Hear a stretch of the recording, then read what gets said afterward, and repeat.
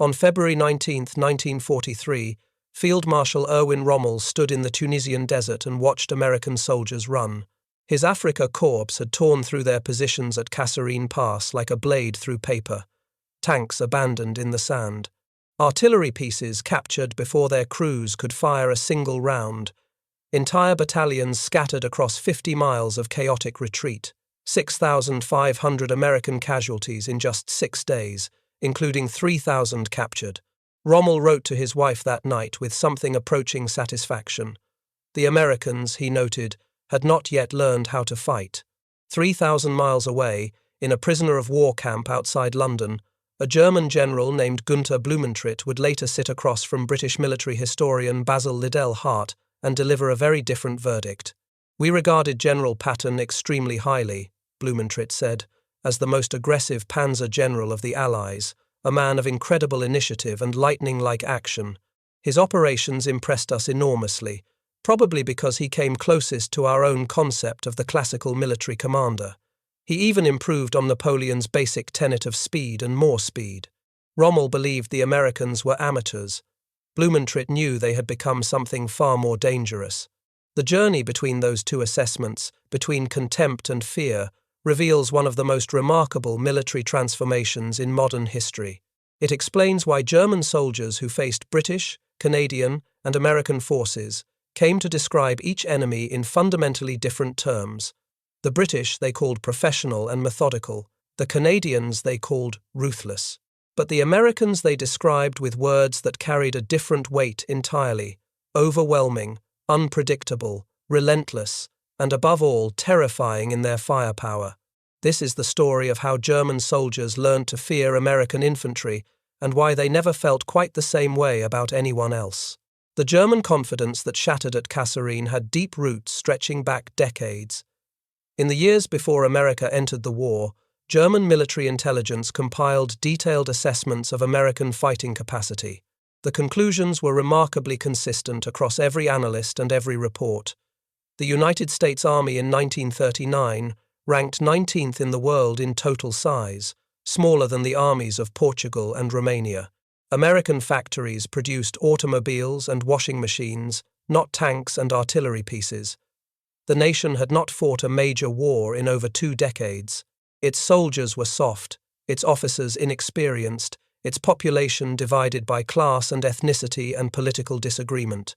Nazi ideology reinforced these conclusions with the weight of supposed racial science. Adolf Hitler believed that national strength flowed from racial purity and cultural homogeneity. Germany, with its supposed Aryan bloodline, possessed an inherent martial superiority that would manifest on every battlefield. America, a mongrel nation of immigrants from every corner of the globe, could not possibly match the fighting spirit of the German soldier. Hitler told his inner circle that he did not see much future for the Americans. "Everything about American society," he said, revealed fundamental weaknesses. How could one expect such a state to hold together under the terrible pressure of modern industrial war? The memory of the First World War seemed to confirm these prejudices.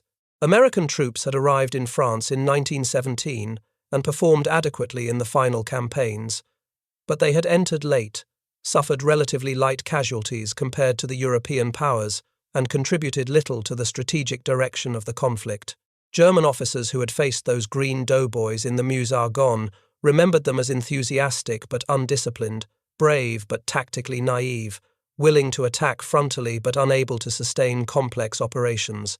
The idea that their sons would be fundamentally different seemed implausible to men who had spent their entire careers studying the art of war. When American forces finally met the Wehrmacht in combat at Kasserine Pass, every German assumption appeared completely vindicated.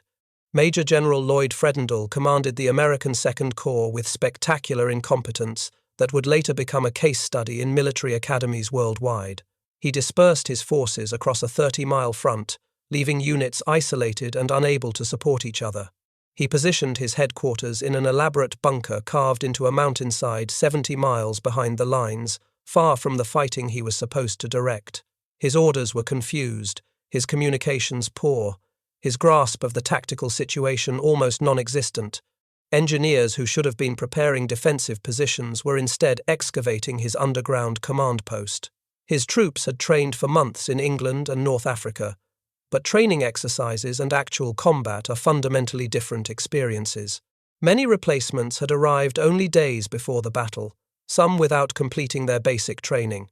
Rommel struck on February 14, 1943, with the confidence of a commander who had spent 2 years defeating British forces across the North African desert. His panzers rolled through gaps in the American line that should never have existed. Artillery positions were overrun before they could fire effective salvos. Infantry units broke and fled without orders, abandoning equipment worth millions of dollars in the desert sand. American tanks, caught in the open without infantry support, burned under the accurate fire of German 88mm guns that had already earned a fearsome reputation. The retreat became a route that spread panic through the American rear areas. Officers lost contact with their men in the confusion. Units that should have supported each other fought in isolation and were destroyed in detail by concentrated German forces. Prisoners by the thousands marched into German captivity, stunned by the speed and completeness of their defeat. Omar Bradley, who would later command the largest American force in history during the invasion of France, called Kasserine probably the worst performance of United States Army troops in their whole proud history. The assessment was harsh but not unfair. Everything that could go wrong had gone wrong. Leadership had failed at every level. Coordination between units had collapsed. The tactical proficiency that comes only from experience was completely absent. German commanders drew the obvious conclusions from this catastrophe. The Americans lacked the hardness and cohesion required for sustained combat against professional soldiers who had been fighting for years. Their material abundance could not compensate for their tactical incompetence and poor leadership. Their diverse population produced soldiers without the cohesion or fighting spirit that came from shared national identity. Rommel wrote that the Americans would require months, perhaps years, to develop into serious opponents worth respecting.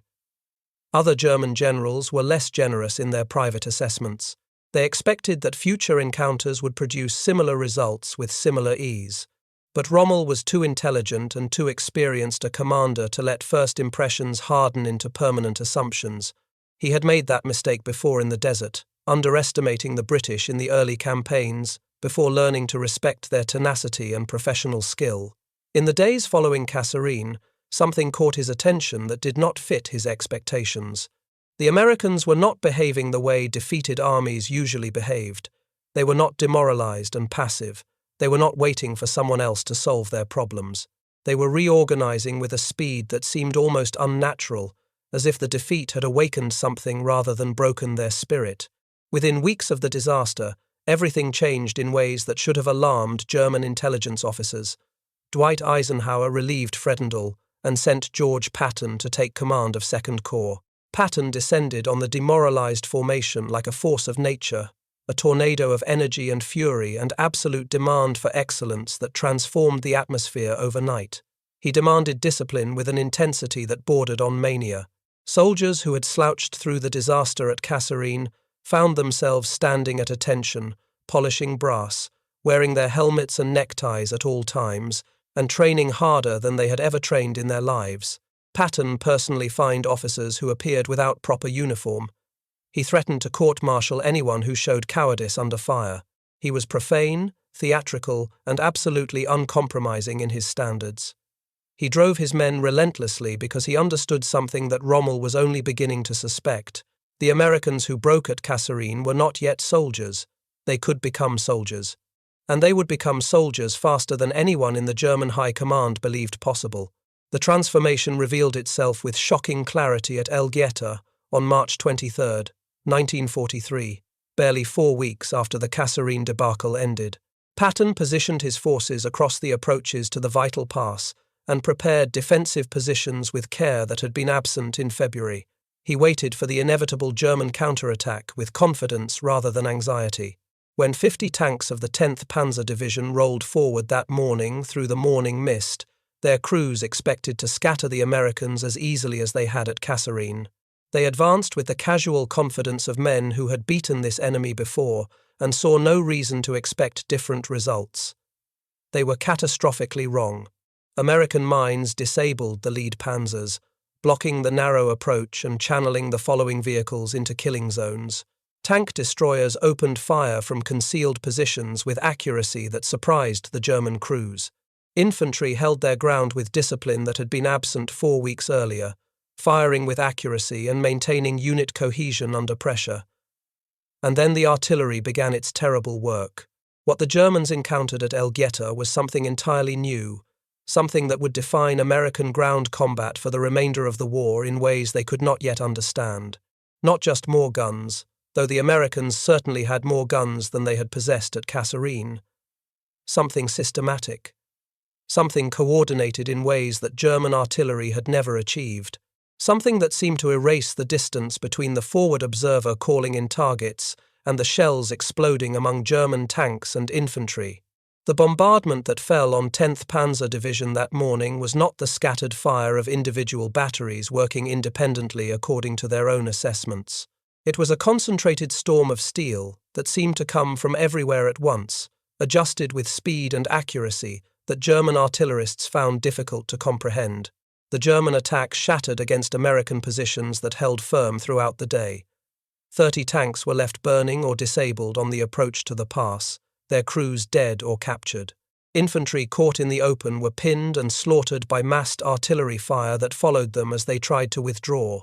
Prisoners were taken by the hundreds, their confidence visibly broken by what they had experienced. When captured, German soldiers were interrogated afterward.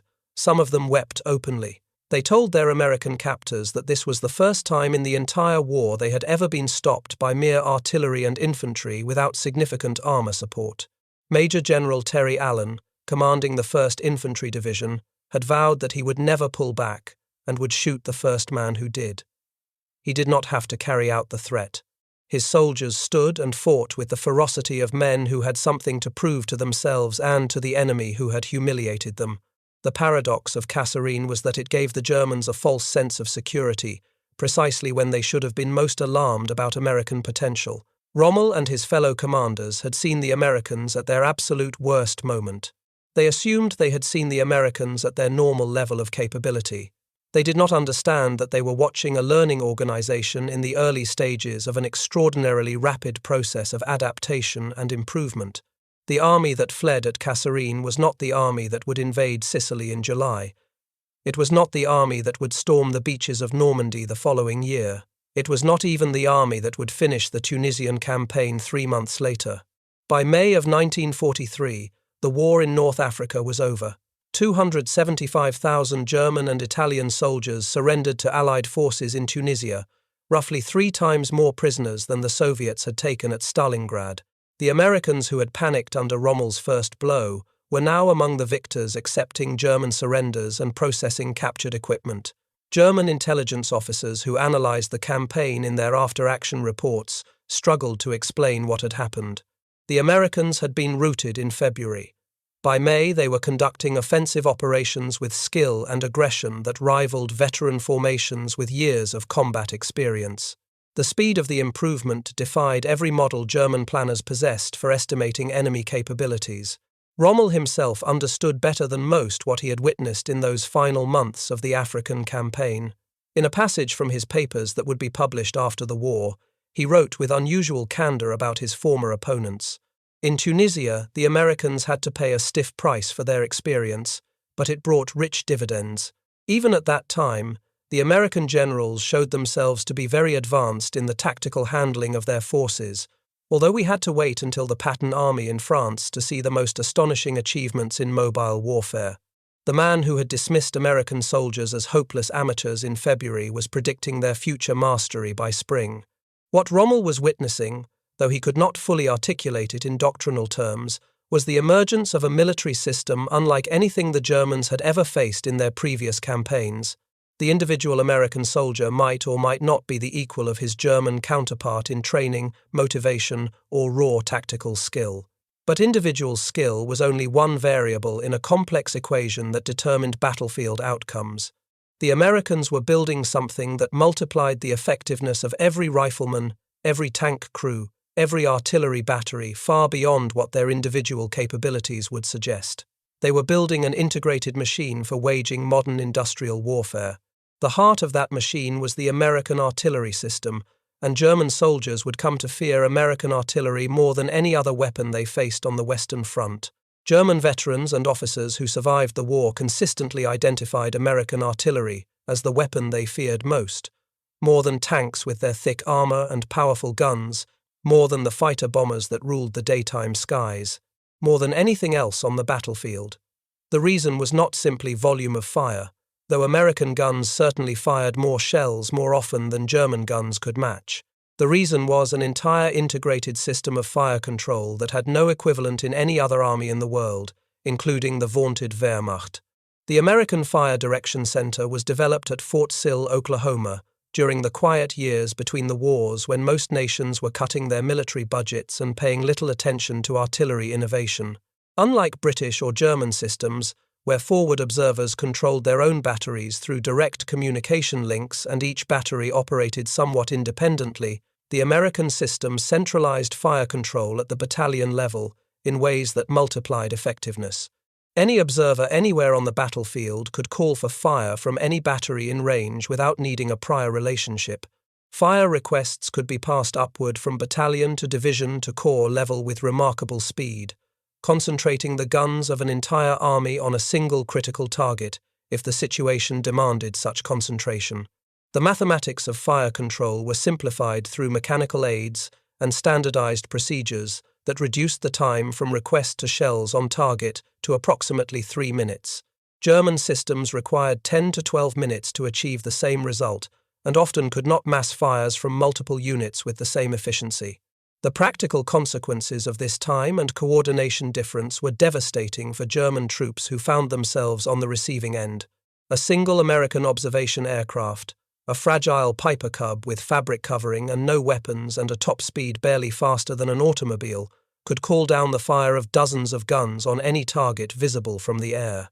German soldiers learned to dread the appearance of those tiny aircraft circling overhead. They knew exactly what followed when a Cub began orbiting their position. Within minutes, shells would begin falling with accuracy that seemed almost supernatural in its precision.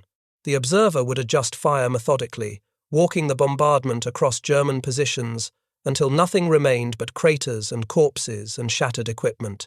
The Americans perfected a technique called time on target that multiplied the terror of their artillery beyond anything the Germans had experienced in any previous campaign.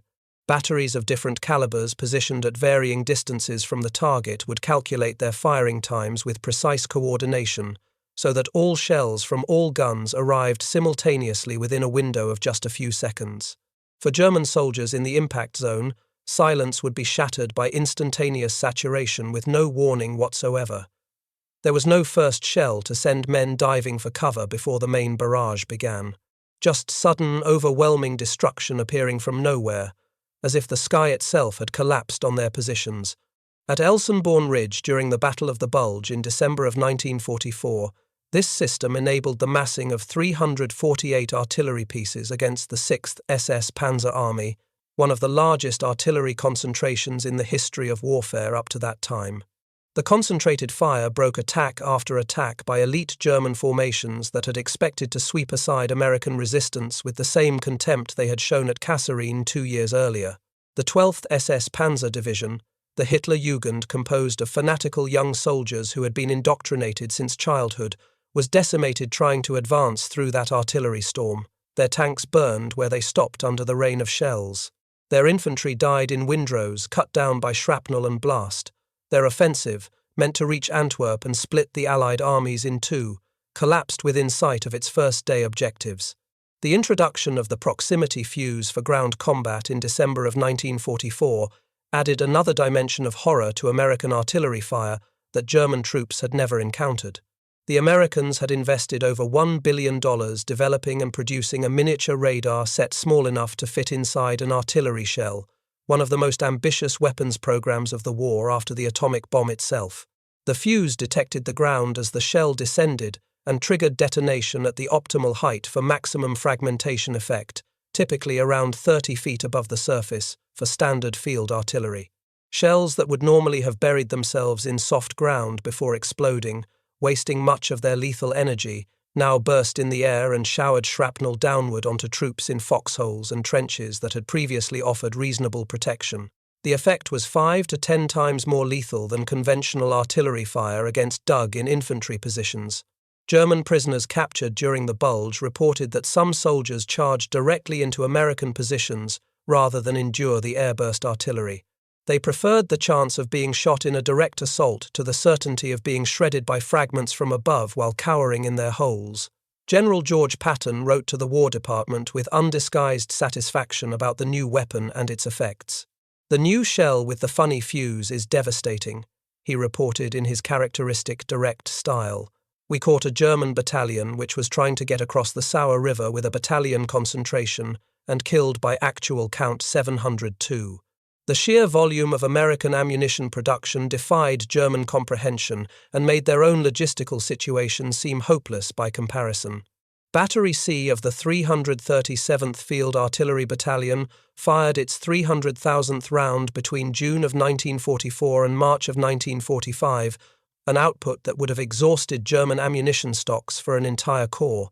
For the 9th Army's Rhine crossing in March of 1945, 2,070 American guns opened fire at a rate exceeding 1,000 rounds per minute, more than 65,000 shells in a single bombardment that lasted just over an hour.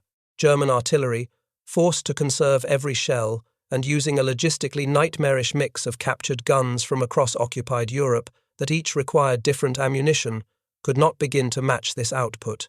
General Hans Eberbach, commanding 5th Panzer Army in Normandy, documented in his reports that his artillery included guns manufactured in France, Czechoslovakia, Poland, and the Soviet Union, in addition to German pieces, each type requiring different ammunition calibers, different spare parts, different maintenance procedures, and different training for the crews.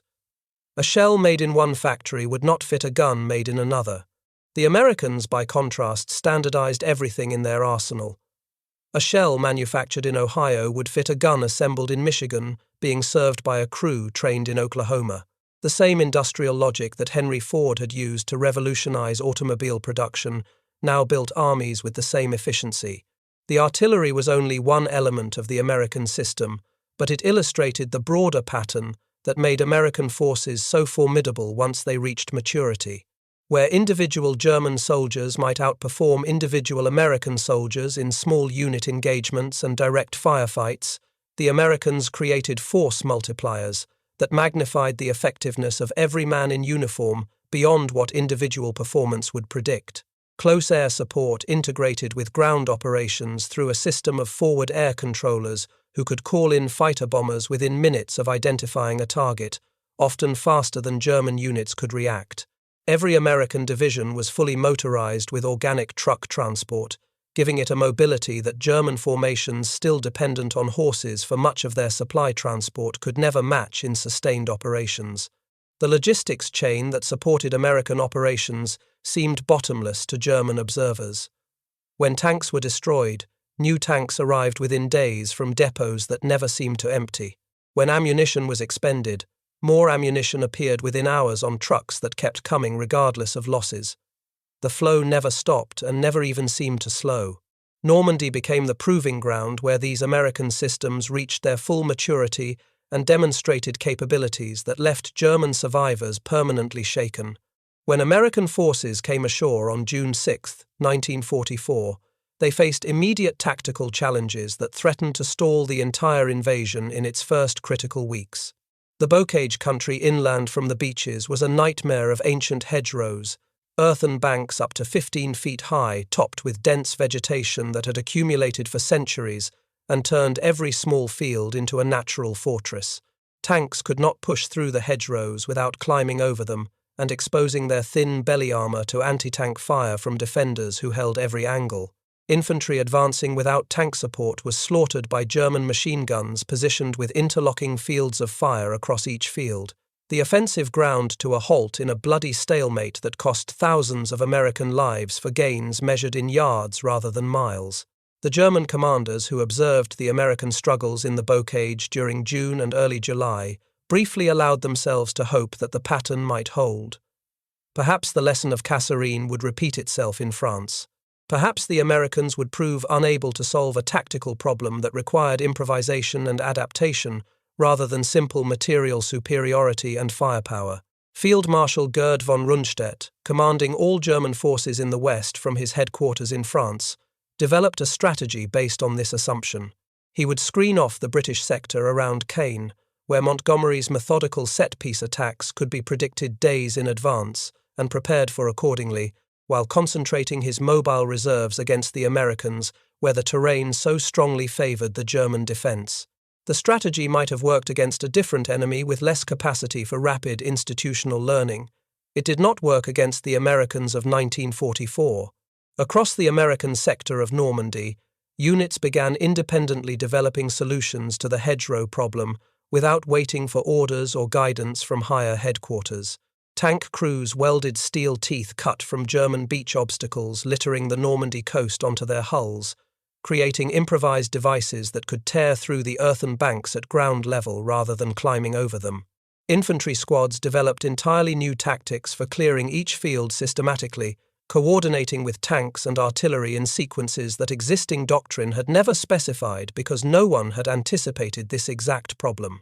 Engineers experimented with explosive charges, demolitions, and various mechanical solutions.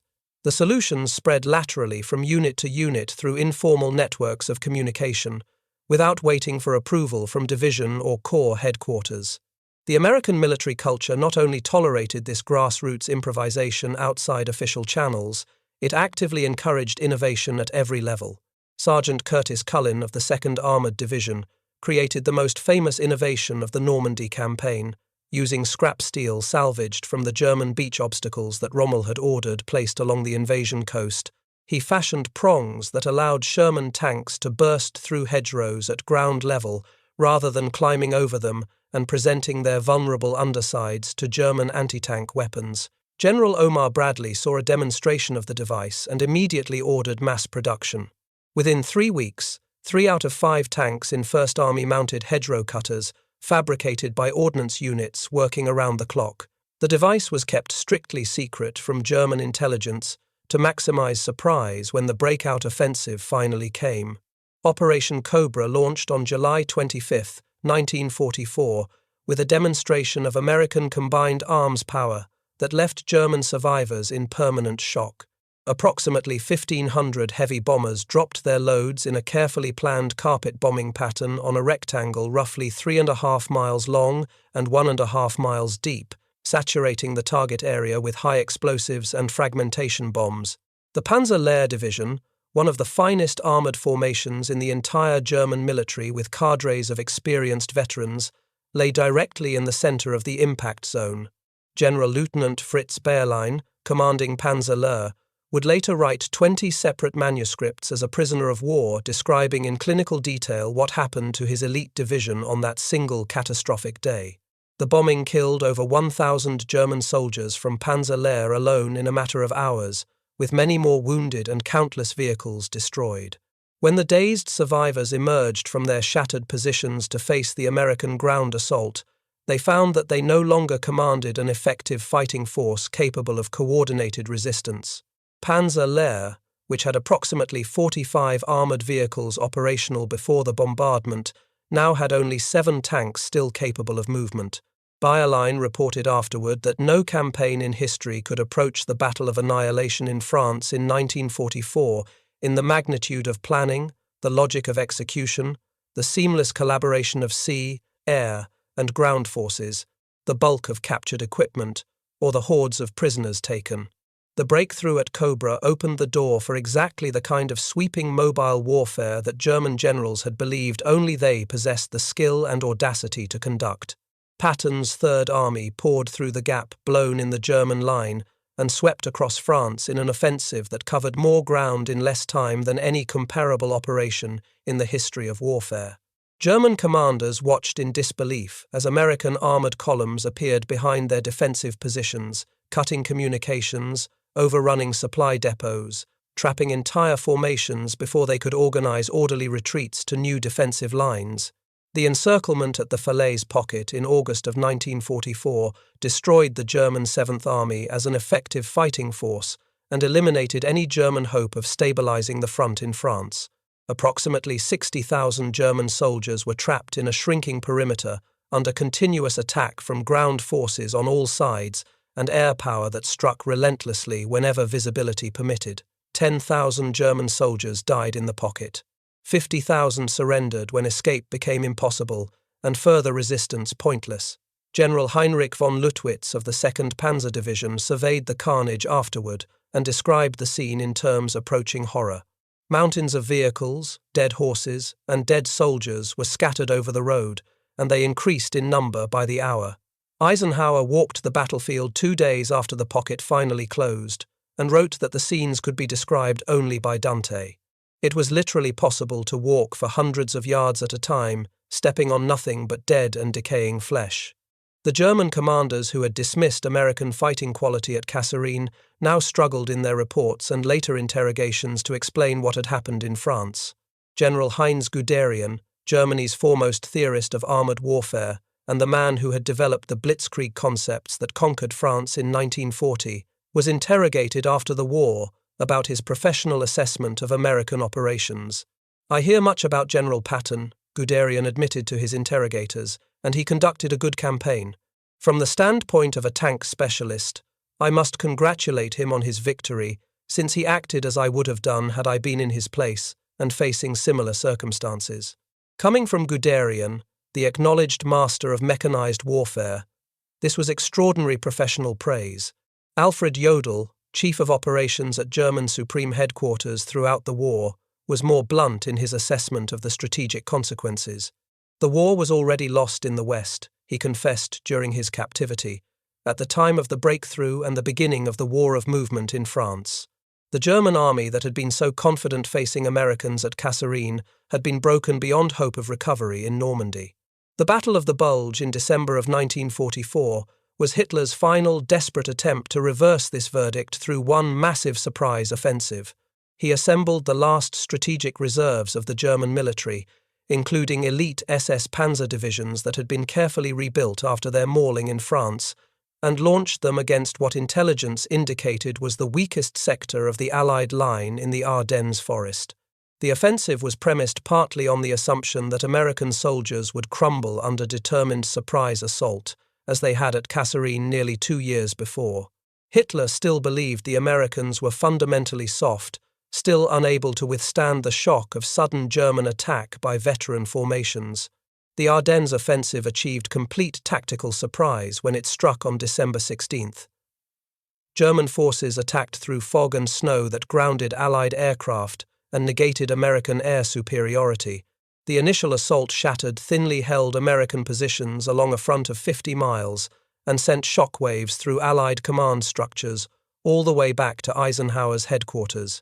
But what happened in the days that followed demonstrated how thoroughly and irreversibly the American military had transformed since those dark days in Tunisia. At Lanzerath Ridge, 22 American soldiers held a critical position against overwhelming odds.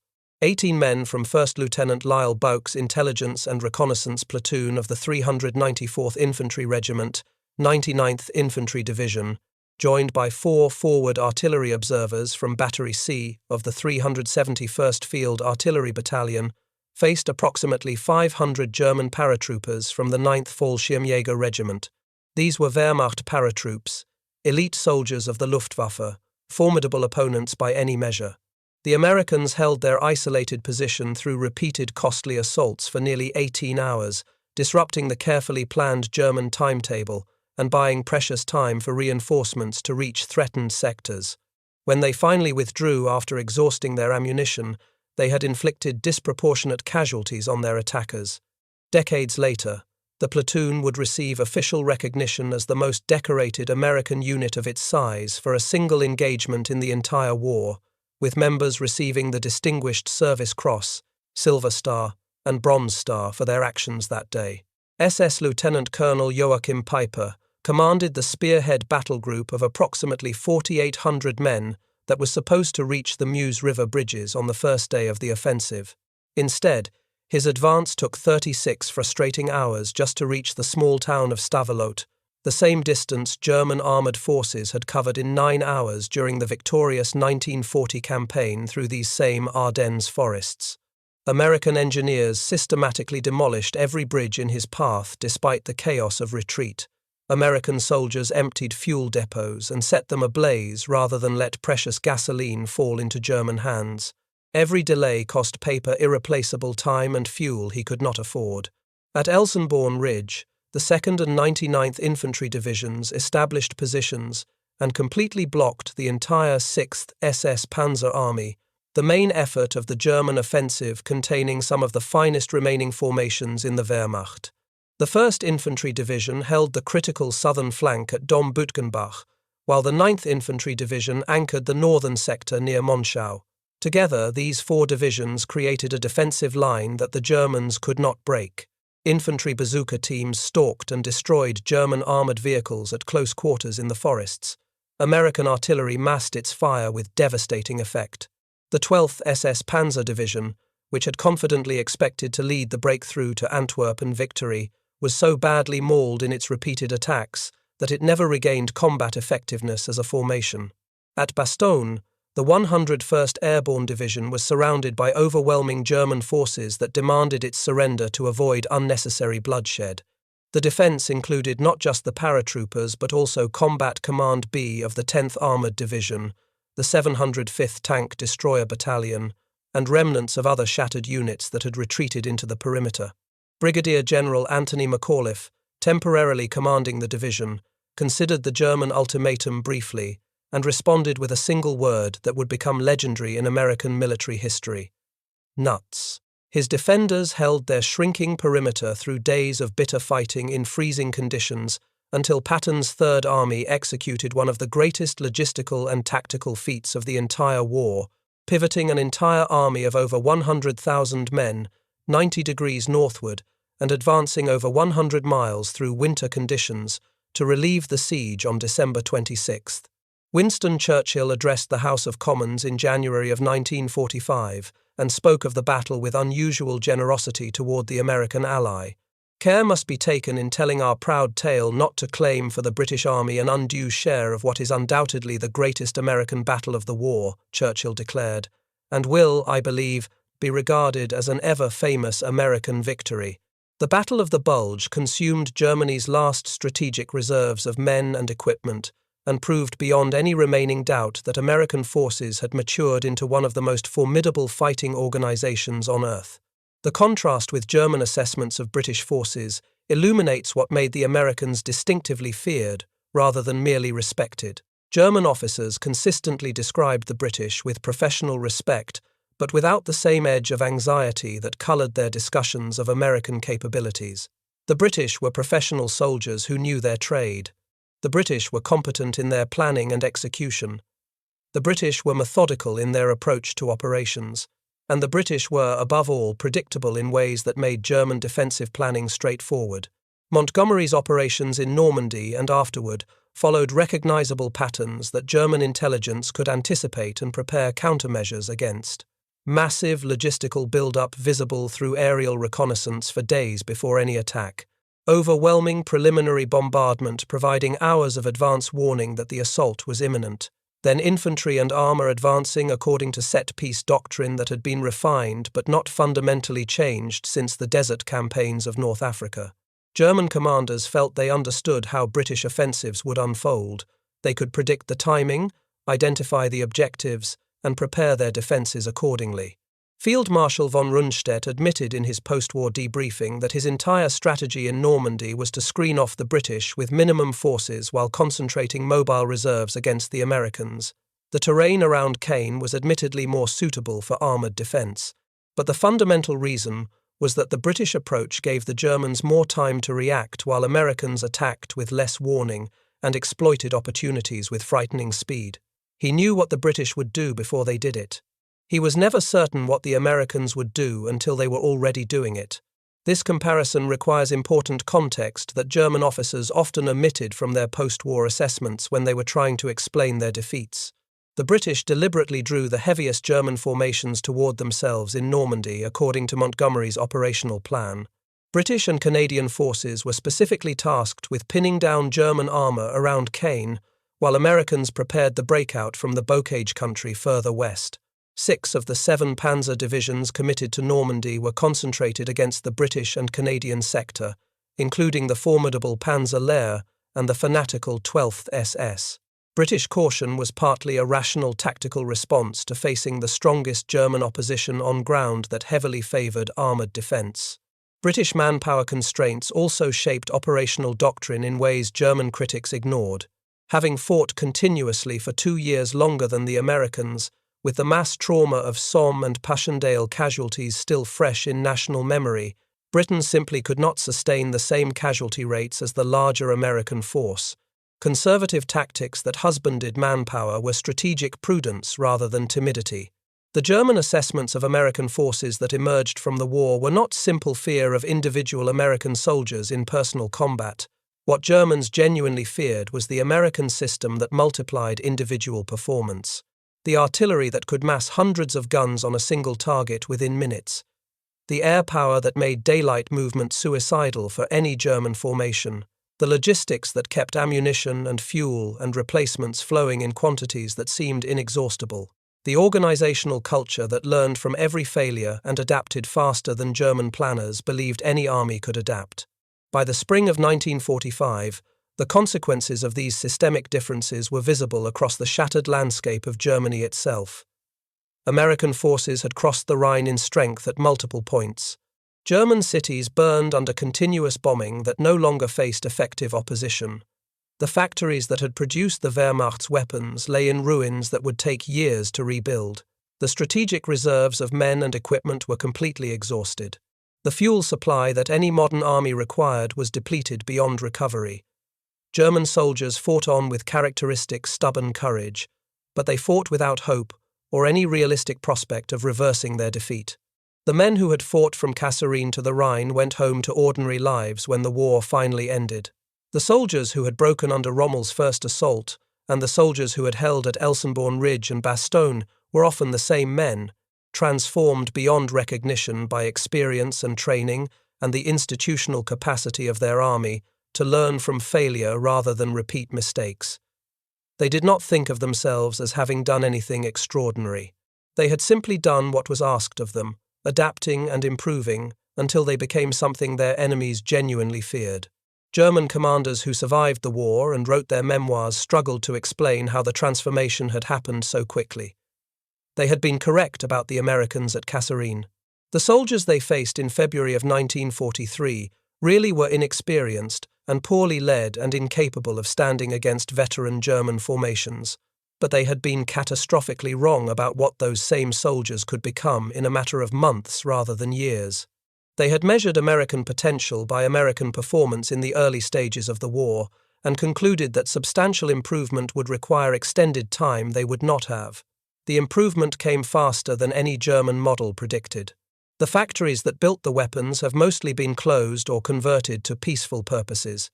The soldiers who carried those weapons into battle have largely passed into history as the generation that fought the war grows smaller each year. The conflict they waged ended 8 decades ago. But the evidence of what happened remains preserved in archives and memoirs and interrogation transcripts for anyone willing to examine it carefully. The German officers who faced American forces left detailed assessments behind because their captors asked them to explain what they had experienced and why they had lost. They described what they observed and what they feared. They explained in their own words why the Americans were different from anyone else they had fought. The Americans they met at Kasserine were not the Americans who broke the Wehrmacht in Normandy and the Bulge. The army that fled in February of 1943 became the army that no German force could stop by the summer of 1944. That transformation happened because the American military built integrated systems that multiplied individual effectiveness far beyond what raw skill alone could achieve. It happened because American culture treated failure as a learning opportunity rather than a permanent judgment on capability. It happened because ordinary men from farms and factories and cities across a vast continent proved capable of extraordinary growth and achievement when circumstances demanded their best. They were not supermen with abilities beyond normal human capacity. They were simply people who rose to meet an extraordinary challenge when their moment of testing arrived. And in doing so, they gave the German army, which had conquered most of Europe and seemed invincible, a reason to be genuinely afraid. If you found this story compelling, please take a moment to like this video. Your support helps us continue sharing important stories from the Second World War that deserve to be remembered. Subscribe to join our community of history enthusiasts from around the world. We would love to hear from you in the comments, whether you have family connections to this history or simply appreciate learning about the past. Thank you for watching, and thank you for helping keep these stories alive for future generations.